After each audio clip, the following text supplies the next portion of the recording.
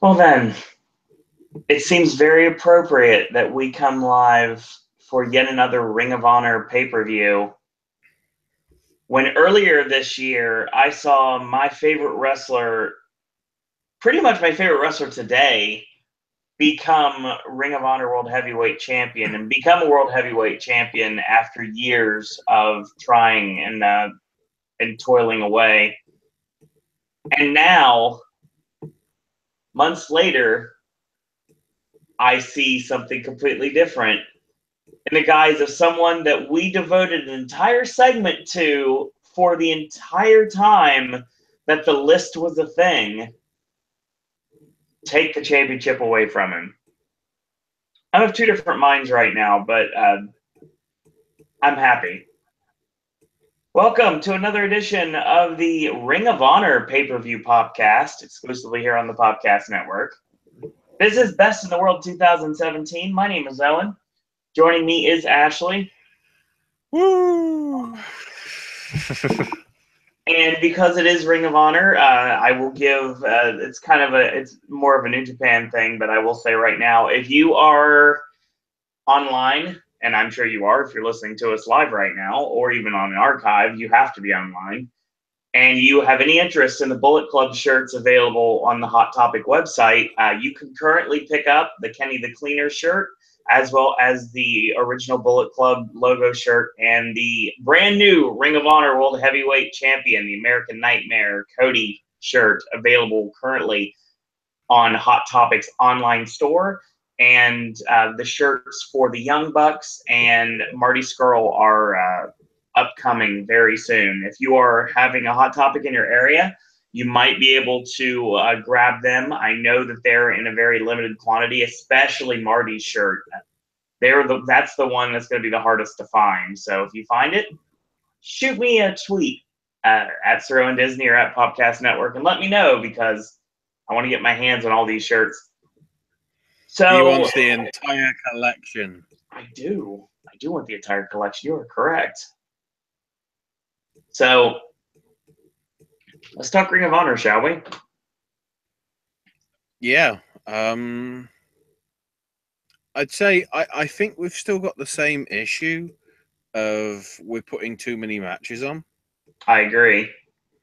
But I still say it's a solid show. Oh yeah, absolutely. Something that you should try and check out.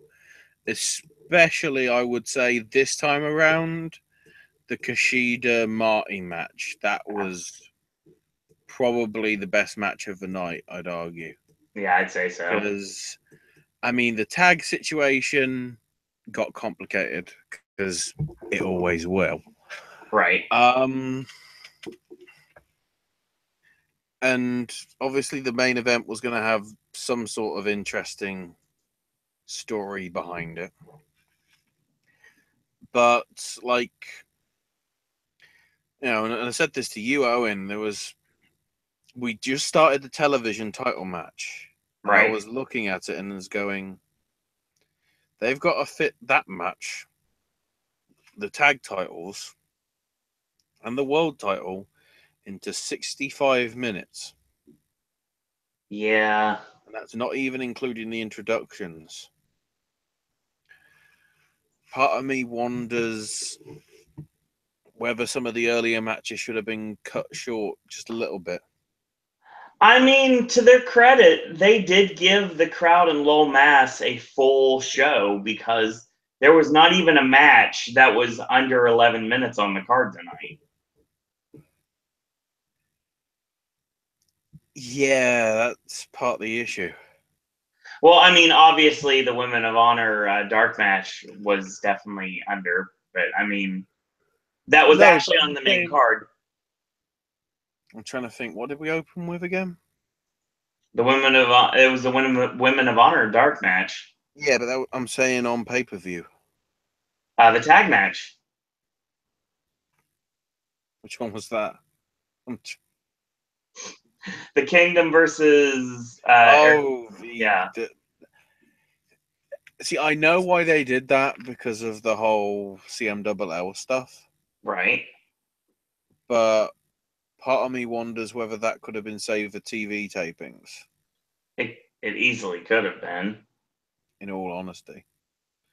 The thing is, from it, we actually found out that Ultimo Guerrero is as awesome as his car got trashed.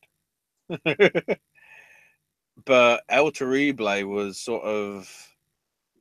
He's probably put himself on the New Japan. Oh, we might get him for the Best of the Super Juniors next year. Wouldn't surprise me at all.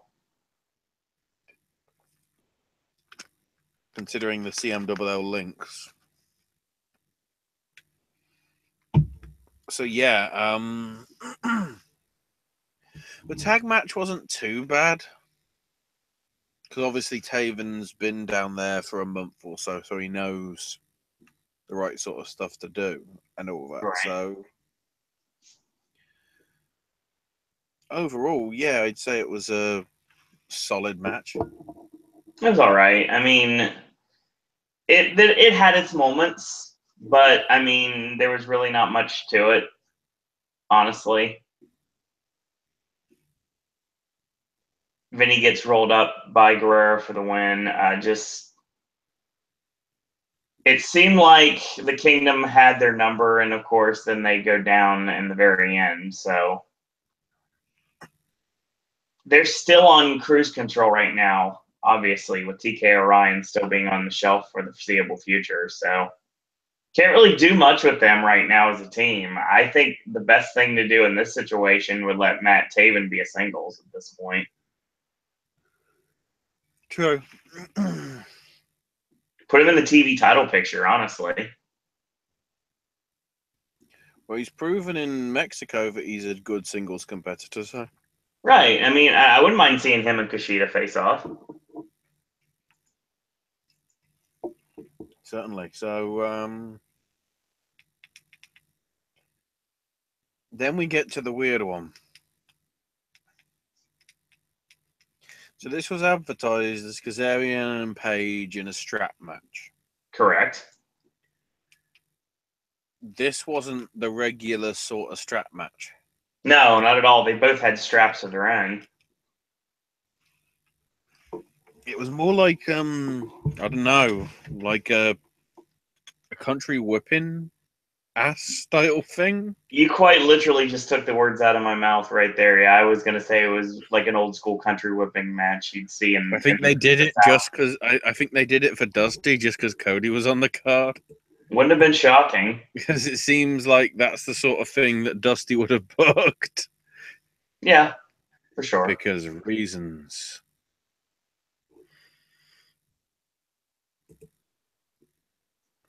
I mean, there's some good stuff in this match.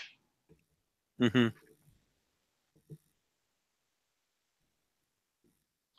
I liked it for what it was. I like when okay. I'll give credit where credit is due here, but in this case I'm not, because I'm not a fan of the Ian BJ commentary team. It just didn't work for me.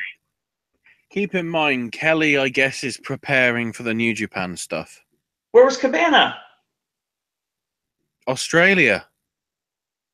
Part of the House of Hardcore stuff. Right, I know that. But the thing is, my question is, why did they announce that he was going to be on commentary when they knew he wasn't going to be on commentary? Who knows? That's just confusing. So Kaz hits a suplex, a snap variation on Adam Page onto the ring steps. That is setting up, walking up the entrance ramp. I thought that worked really well. So there was, after the Adam's apple, Kaz started getting choked with the strap, and then the next thing you know, Page went for the noose. He tied Kaz's hands up and started whipping him.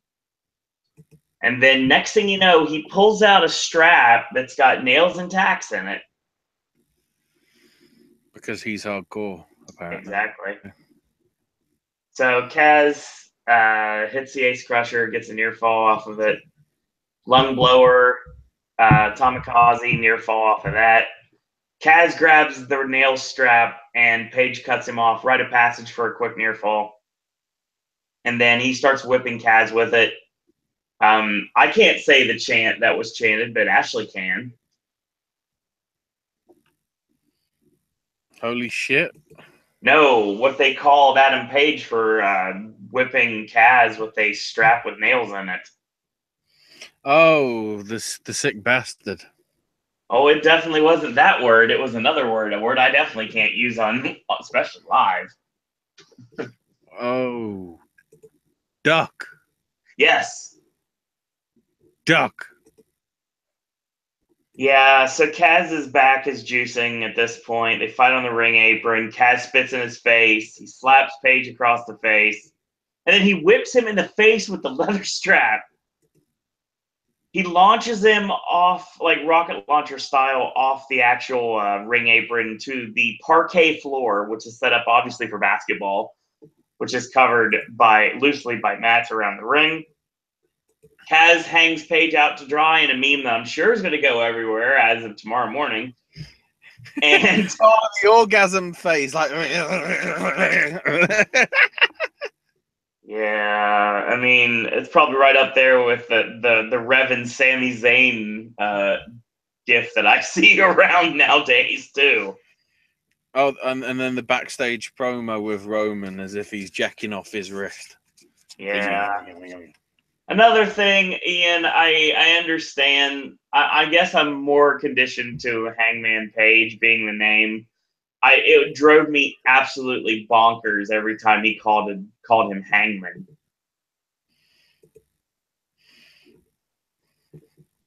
You see, they didn't want to call him Page because you get confused with DDP, that famous Ring of Honor wrestler. Oh yeah. I mean, this was a good way to end the feud, honestly. But the thing is, where does Adam Page go from here, Ashley? Please tell me that is a rhetorical question, Owen. Of course, please. Of course it is. As I honestly am not sure. I don't know. It's a shame because there's a good guy in that wrestler. It's just the gimmicks that he's given just make him look sort of shit. Honestly, after this, I don't think that's an idea. I mean, it's weird. I mean, it really wouldn't surprise me if they don't kick him out of the Bullet Club during the tapings tomorrow and then send him packing. Yeah, but keep in mind he's a key part of the New Japan stuff.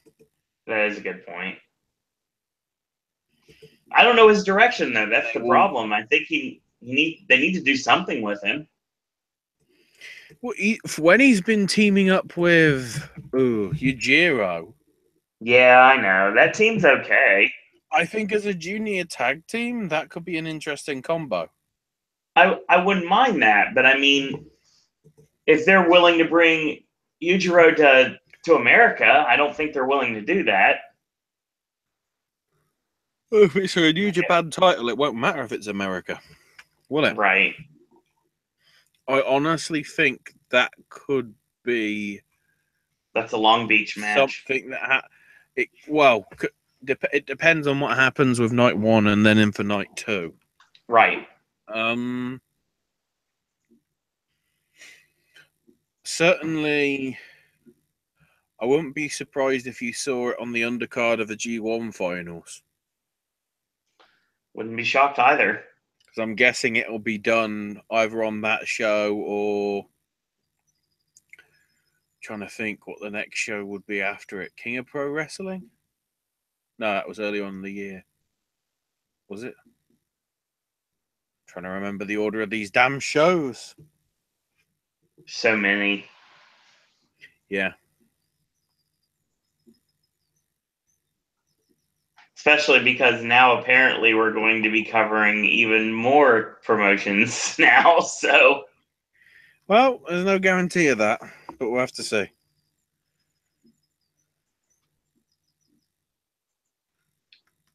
So then we move on to the matchup where the losing team must disband. So yeah, it's the it's the rebellion that's never really worked as a gimmick, and Search and Destroy, which has. Thankfully, the people that are booking this show are not TNA. No, Therefore, it makes sense. fair point. And I've been saying for weeks the tease that they did with Kenny King. I think it was last month or a few months back, Mm-hmm. going up against Marty for that TV title was really, really good. Which, of course, got ruined by Kushida winning. So thanks, Kushida. You have ruined everything, you bastard. But I see Shane Taylor in more of a position to do something interesting I agree. in single stuff. And of course, you could have Caprice Coleman just team up with Rhett Titus and still be a team. Because I think when it says the team must disband, it means it can't be a unit of 4 instead. Yeah, if you did want to bring back, what was it, All Night Express, you could do. Wouldn't I surprise think me. that would be wrong. Unless you just had either Coleman or Taylor be part of All Night Express replacing Kenny because he's busy with other stuff. I don't think they're going to go that route at this time. Anyway. I mean, this match was okay for what it was. They really tried to heat it up quick, and there was a really good heat moment in the middle of the match on Jay White, where he got hit with a chin checker, and then the Rough Rider, and then the Big Dog Splash. I'll say right now, I like Big Dog as a name for Rhett Titus more than I do for Roman Reigns. Oh, and fucking Ian. Yeah, bring this up, please. So Gresham's been worked on the heck of. Basically, he's been targeted heavily. Right. Manages to make the save, gets the hot tag to Jay White. Ian decides to say a hot tag to the Aussie, and I'm going, he's from New Zealand. He's a Kiwi, not an Aussie. That's, the country that may only consider their rivals in the Southern Hemisphere in Australasia.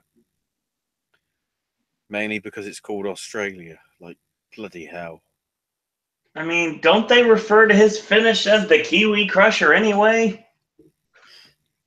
Oh, yeah, because he crushes New Zealand people because he's a badass Aussie, you see?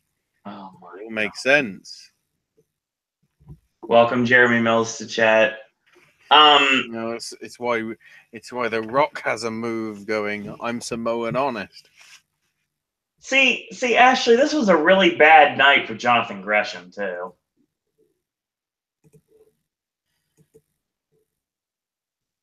What, because he got the shit beaten out of him? No, it's his horrible botches.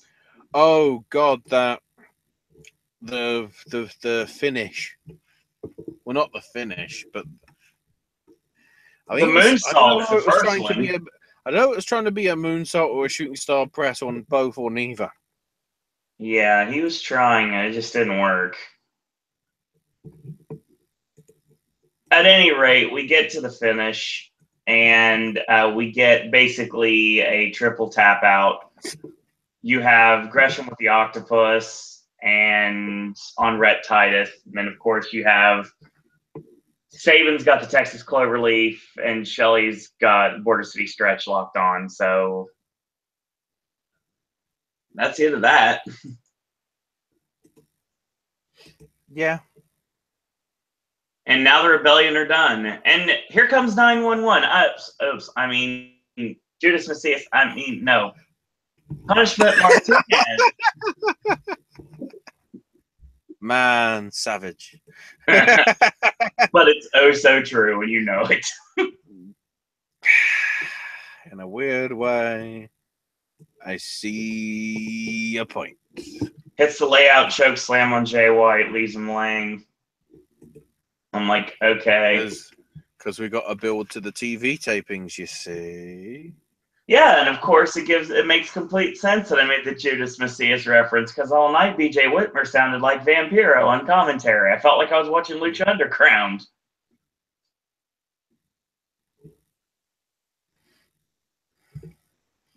Where the fuck is Luchasaurus and Pindar? Jeremy says I just got my American Nightmare t-shirt, Hot Topic. At this point, if I can't get it online, I'm very much hoping that when Scott's back in town next week, that we can make a little trip over to the mall so I can do exactly the same. So people in the Orlando area, stop buying Bullet Club shit. Don't buy anything Bullet Club at either one of the Hot Topics we have in Orlando. Because just buy Bobby Fish's new ring attire. Yeah, we'll talk about him on Wednesday. Don't worry.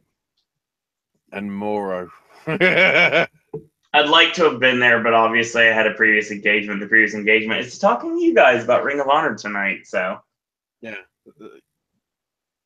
sort of not spoilers because of how public it was. Moro's other gig is now he's the head commentator for NXT.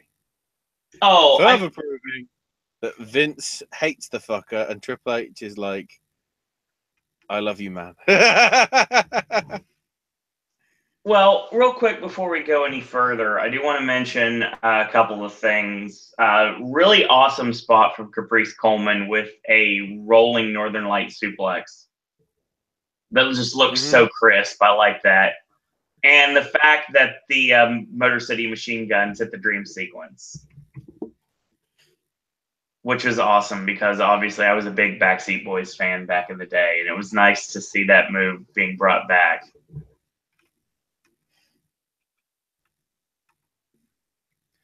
So next, we have the systematic destruction of the Beer City Bruiser with a steel chair by Jay Lethal before the match starts. Well, when you're a fat fuck, there's a lot of chair to hit on a man. Beer City Bruiser, a mixture of Mike Howerton and Ralphus. No one will get that reference, but my God, I think it's funny.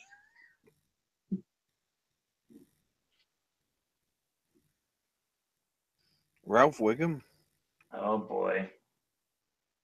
Jay Lethal versus Silas Young. This was the first of the good ones. Yeah, very much so. This might be worth getting to catch the show. Totally. So a lot of good back and forth here. Lethal hits 2 tope suicidas, and Silas cuts him off with a chair, La Parka style on the third one. Or did he? Well, okay. Okay, here's the thing. That's what they were going for. That's not exactly what happened. The way it happened, it was just like, here's a chair for you to push off, Jay. And Jay's like, oh, thanks, Silas. It was really respectful in that situation. So you don't want to fuck up and cause any injuries unnecessarily. No, not everybody can be Oni Lorcan at this time. So especially if it's Jay Lethal's audition for the year, you know, it's like, well, we can't really have you doing unprotected chair shots to the head. We'll get to that. Don't worry. For obvious reasons. So they tease the count out. They both beat the count before 20. They trade strikes. Jay with a rolling elbow sets up the lethal injection, and Silas counters in the misery, but Jay escapes, hits the super kick, hits the Hail to the King, gets a near fall off of it. So Silas drops into the backbreaker and quick lariat for a near fall. Figure 4, mocking Lethal, of course. That's one of the moves he used to use to finish people. And, of course, it's working on his already injured knee from the previous encounters they've had. They get back to standing vertical base. Finley roll into a crucifix from Lethal for a near fall. And then we see Young with a Saito suplex.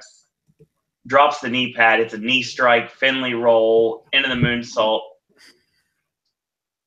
So yeah, he was having some fun as always. I like that. I enjoy that move a lot. I think it's one of my favorite named moves that exists in wrestling because it makes absolutely no sense unless you know, and even if you know, it's called the PG Waja Plunge. What, Ouija? What?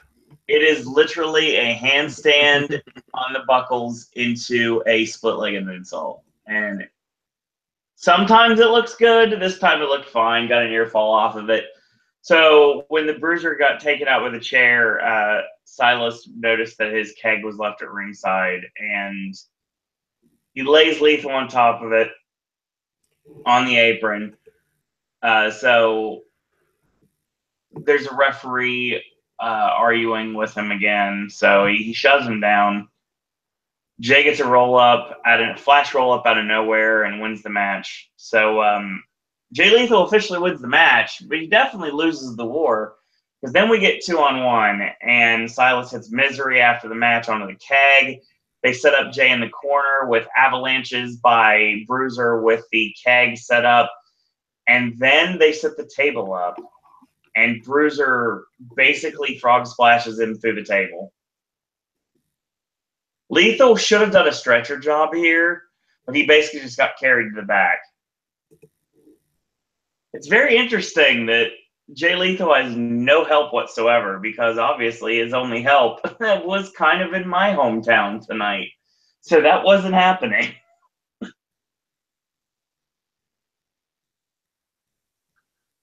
But yeah, it's very interesting to see what they're going to do with this and what direction they're going to go. I mean, this was a way to write Jay Lethal off television if they wanted to. This is a way to write him out of the company if they wanted to. But it could go either way. Honestly, Ashley, I think we're building to Fight Without Honor. I think that's the next option here. It has to be after this. Mm-hmm. Yeah. And that's the blow-off. And that'll determine if Lethal's staying with the company, he'll go over. And if he's leaving the company, he'll put Silas over on his way out. And I think either one would make sense at this point. Yeah. So then we get our first of many title matches on the show. And literally, the rest of the show is pretty much nothing but title matches. So the first of 4 title matches on the show, this time being for the World 6-Man Tag Belts. You have Bully Ray and the Briscoes taking on Dalton Castle and the Boys. This was fine, honestly. Yeah, I wouldn't say it was bad, but it wasn't really that good either. But all in all, I think it did what it had to do, and that is have the title change hands because Jay is blinded by revenge. Yeah, I mean, that's more important than having the belts, apparently. I mean, we get to the end where Mark tags in and he works the boys over, hits his exploder, rolling Spicoli driver. Dalton cuts off the marking out or the cutthroat suplex or cutthroat driver, depending on who's calling your match. Mark hits a Fisherman's Buster. Bully Ray comes in and throws one of the boys. They hit the what's up, the leg drop style with Mark, and then they go to get the tables, but Jay takes out the boys with the tope, starts beating them down the outside, grabs a chair, and he chases one of the boys with the chair. Bully stops this, and basically Mark gets distracted, and Castle rolls him up for the win. So we got brand new 6-man tag team champions. Yay! And I have a feeling we got a heel turn from Jay Briscoe coming.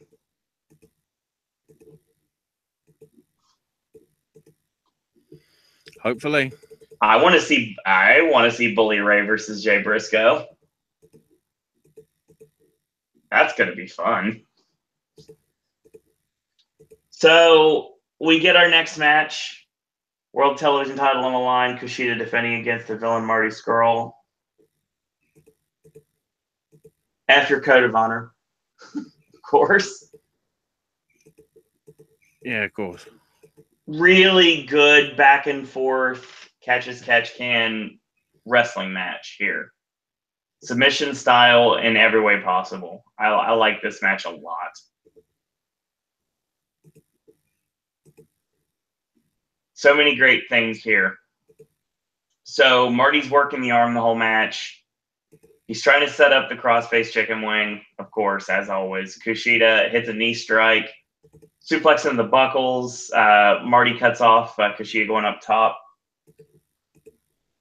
And they trade strikes up on the top, and he basically does a rolling hoverboard lock, but Marty grabs the fingers to try to break them to break the escape. Hits the uppercut. Kushida gets knocked to the outside.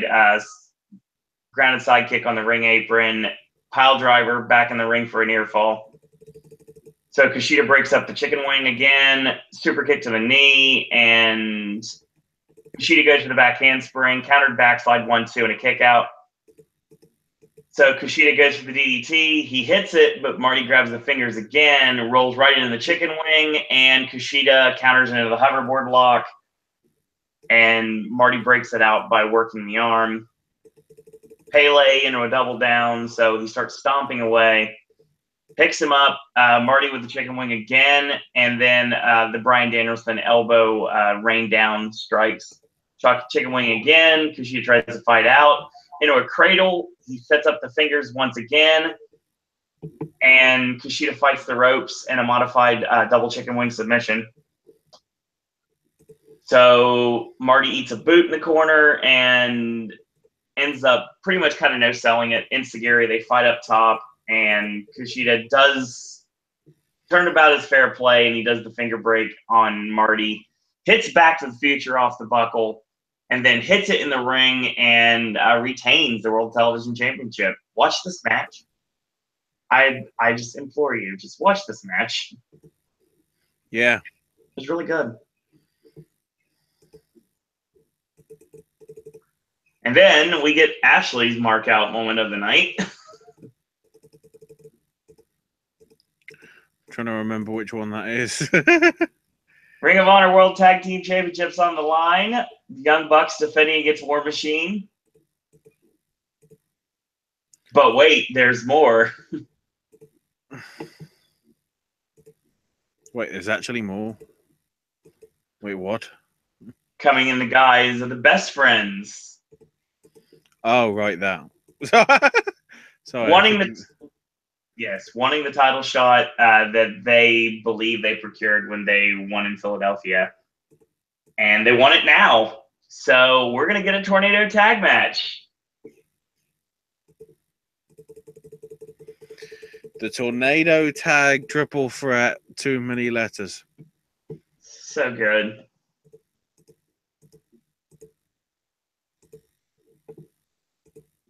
Craziness here. All three teams really took it to each other at this point.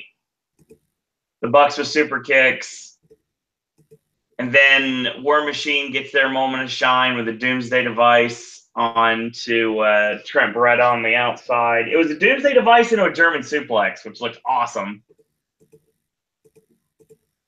So pop-up power slam. Hanson with a tope to the outside. The hip fallout on Trent, but Chucky T makes a save. War Machine gets taken out by Nick Jackson, and Taylor hits the awful waffle on Matt, gets a near fall. War Machine breaks up the pin. So at this point, Taylor gets hit with a knee strike from Ray Rowe. Trent goes to make the save, but at this point, a knee strike is hit on Rowe this time from Taylor, and they dogpile him. They're all trying to get the pin, but doesn't work out. War Machine tries to take advantage. The Bucks hit the super kicks, and the War Machine are basically just holding the Best Friends at this time, kind of groggily. So that leads to the Indie Taker, a double variation, and then that's the end of that because the Meltzer driver finishes it. Bucks retain. Short match. Really short match for these three teams. I want to see more time.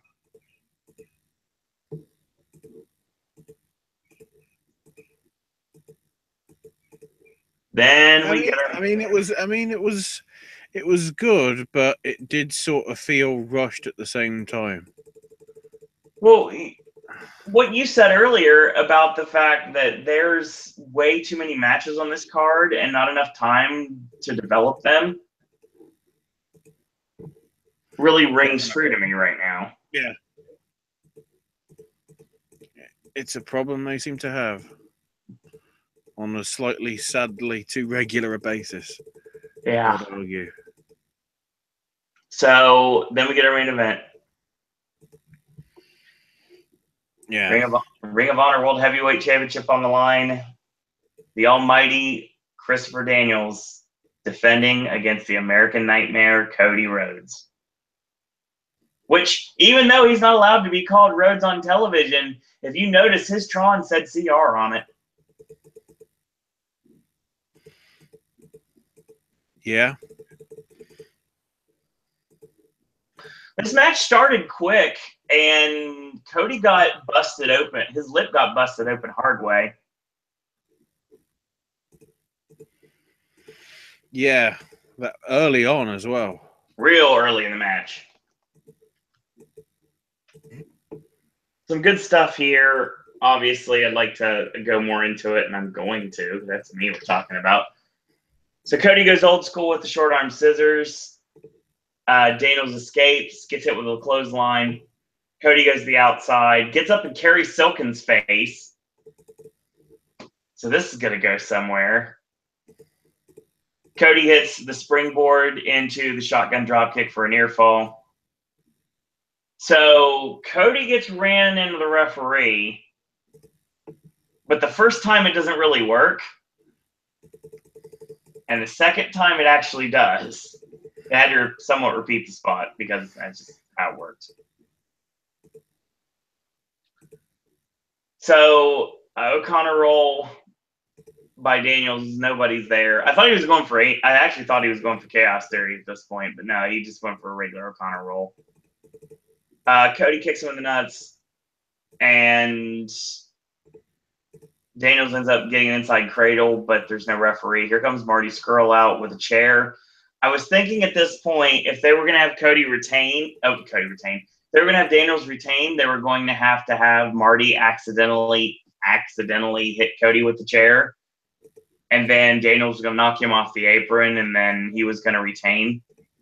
But I was thinking all in all, there was going to be a new champion tonight, and we were proven completely correct. So Daniels grabs the chair, tosses it to Cody, Eddie Guerrero style, and of course he bumps off of it. Referee gets up, and Cody with a DDT. Marty grabs the referee. Here comes Kaz out. He fights Marty to the back. Cody sets the table up outside. They're fighting on the ring apron. Cody sets up for the package pile driver. Daniels goes to backdrop out of it, but he ends up escaping anyway. They get back in, and Cody gets planted with the STO. Crowd's really on Cody's side here. They've completely turned on Chris Daniels, which is beyond me. Blue Thunder gets a near fall. Angel's Wings set up through the table on the ring apron. Cody avoids it. They get back in the ring, and Cody hits Chris Daniels with the Rainmaker. I wonder why. We aren't using that clip for publicity for next Saturday, are we, lads? Are we? Are we? Cody hits Beautiful Disaster. Daniels rolls to the ring apron, and it looks like what they were going for. Daniels was going to hit the Blue Thunder off the apron through the table, but because of the way that the placement was with both men, he basically just does a spinning backdrop suplex to the table. They beat the count at the very last second. Cody hits a scoop slam, goes up for an elbow off the ropes, but he misses. Daniels with the Koji clutch. Cody gets the ropes. Cody with the water mist in the face and crossroads, but Daniels kicks out at 2.5. So Daniels hits the Uranagi, goes up for the BME, and of course, Cody's out of the way. Daniels lands on his feet and goes for Angel's Wings. Cody counters, Rana out of it. They trade back and forth a myriad of roll-ups, and then Cody ends up hitting the crossroads out of absolutely nowhere to win the championship. I will say right now, during the match, Cody ended up hitting the RKO out of nowhere during the match too. So it was a nice little legacy shout-out. And we have a brand new Ring of Honor World Heavyweight Champion, Ashley. Yeah. I sort of, it felt like the right thing to happen. Right, and I understand why they did it. I still had the doubts that they will pull the trigger on it, though. So the fact that they did, I'm sort of pleased. Yeah, it was a nice little like I always say, it's the little things sometimes. Cody gets up in Kerry Silkin's face, and Kerry Silkin just does not even want to give him the time of day, but he has to physically hand Cody the Ring of Honor World Heavyweight title. And he does so. Then the Bucks and Marty Scurll come out, of course, filming for Being the Elite. And that's how we end, with Cody raising the Ring of Honor World Heavyweight Championship in the air and the crowd going nuts for it.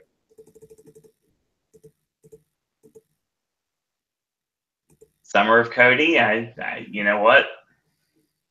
It's a very good possibility. Because even if he doesn't win, even if he doesn't beat Kazuchika Okada, I honestly think that he's going to showcase himself to another level to the New Japan audience in that match, regardless if he wins or loses. So even if he's not IWGP champion, I still think this could easily be the summer of Cody.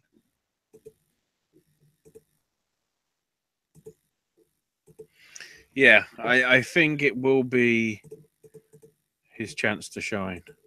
And I believe we, on this very show, prophesized that on a Wednesday show many, many moons ago when the list first came out. Probably. So, yeah. I mean, by and large, I mean, when it comes to this show, the opening tag match, it was kind of there. It was all right. It wasn't terrible. Pun not intended. The strap match was a good way to finish a feud. If this goes any further, I'm going to be surprised at this point because he literally choked out Adam Page. So I don't see a way this is going anywhere further. The Rebellion finally breaking up, I don't have a problem with that because it actually works. Punishment Martinez and Jay White continue their feud. Who knows what's going to happen with Jay Lethal? I mean, they could sell him off television for the tapings tomorrow, or he's going to come back. It's anyone's guess at this point what direction they're going to go with this. And who's going to, if they do continue it, number one, there's a good possibility we could see a fight without honor between them, or we could possibly see someone get involved to be on Jay Lethal's side to face off against both Silas and the Bruiser. More dissension between the Briscoes and Bully Ray after Dalton and the boys win the 6-man tag belts.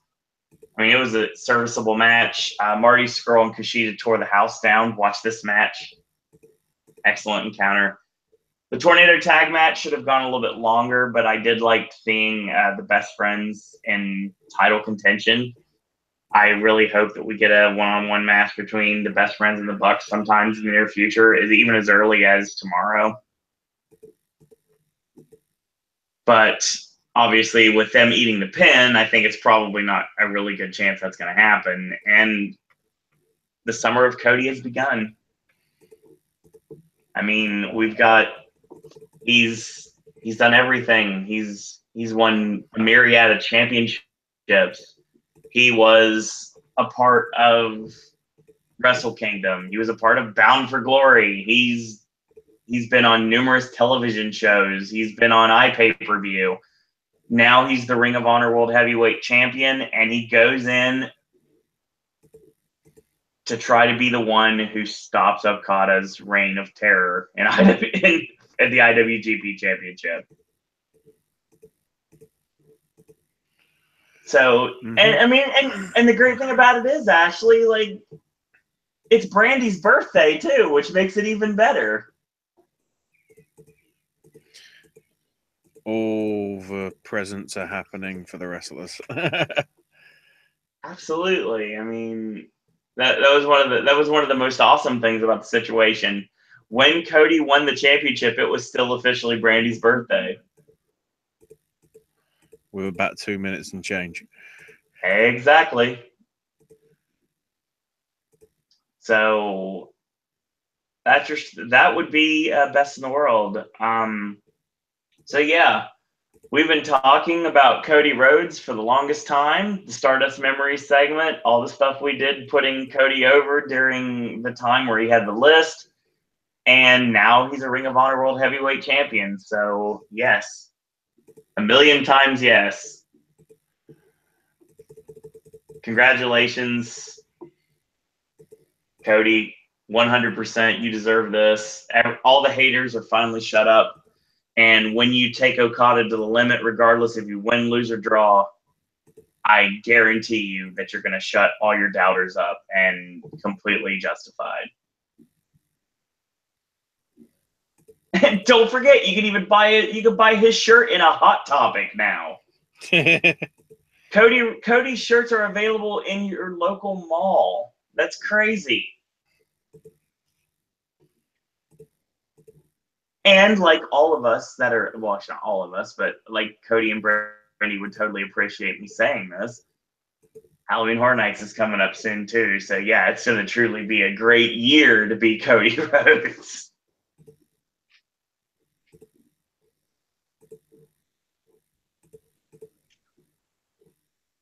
So that's your show. I mean, it was a very entertaining show. It wasn't something that was easy to like nod off during or like tune out. It was something that just flowed really well. Like the placement of everything just worked considerably for me. It wasn't a chore to get through like a lot of pay-per-views I have to cover are. Yeah. That always can be annoying. And it looks like we're going to be back here on Saturday, and we'll be back here next Sunday for Slammiversary.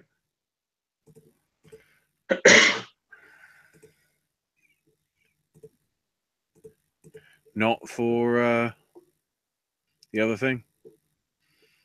You know, next Saturday. Hold on. I'll get to. I'm getting the Slammiversary back here for pay-per-view on Sunday, but obviously next Saturday we've got a Long Beach show to talk about for New Japan Pro Wrestling, and we're definitely going to be doing that show as well. He teased me. The Wednesday show. Oh, I'll give you a little heads up. The Wednesday show may actually have a later start time. We may not be starting at 9:30 on Wednesday night because of a previous engagement, but then again, that hasn't been officially confirmed yet. So I'll let you guys and girls out there know. Wednesday, of course, we'll be discussing the road to the G1 Long Beach shows, as well as the NXT tapings that were last night. So we're going to be talking about those on Wednesday, along with everything else that's going on in the wrestling world. That's going to be on your Wednesday Wrestling Popcast at 9 p.m. And tomorrow, obviously, since we're going to be putting up Versus very soon, it's going to be another edition of AJ's Movie Reviews, which is going to be coming your way. Transformers: The Last Night's going to be the movie we're going to be reviewing this week. So that's coming your way. Gaming with Ash returns. A Raw back here on Monday night. Wednesday show on Wednesday night. Sip and Snack on Thursday. Who knows what's going to happen with Saturday from now on, because Fargo's over. So I guess we might get more Ashley content, might get more my content. I guess you'll have to wait and find out.